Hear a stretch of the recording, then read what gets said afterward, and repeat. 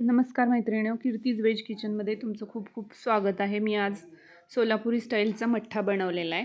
मस्त असं एकदम छान आंबट गोड.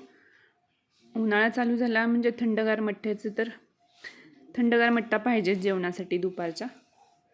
हे बघा एकदम मस्त असा घट्ट ताजा ताकापासून बनवला आहे मस्त मठ्ठा.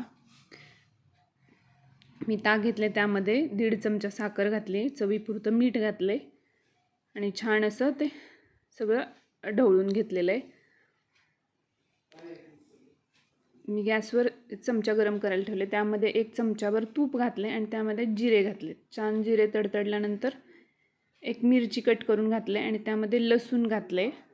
4-5 कुड्या लसणाच्या ठेचून घातलेत आणि भरपूर अशी कोथिंबीर बारीक कट करून घातली आणि थोडं हळद पण घातले आणि ती फोडणी सगळी त्या ताकामध्ये ओतली. मस्त असं सगळं खाली वर करून घेतले.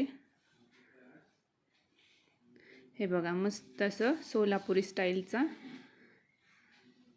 मठ्ठा तयार झाला आहे. एकदम मस्त, एकदम घट्टमुट्ट छान असं मठ्ठा तयार झालेला आहे. एकदम मस्त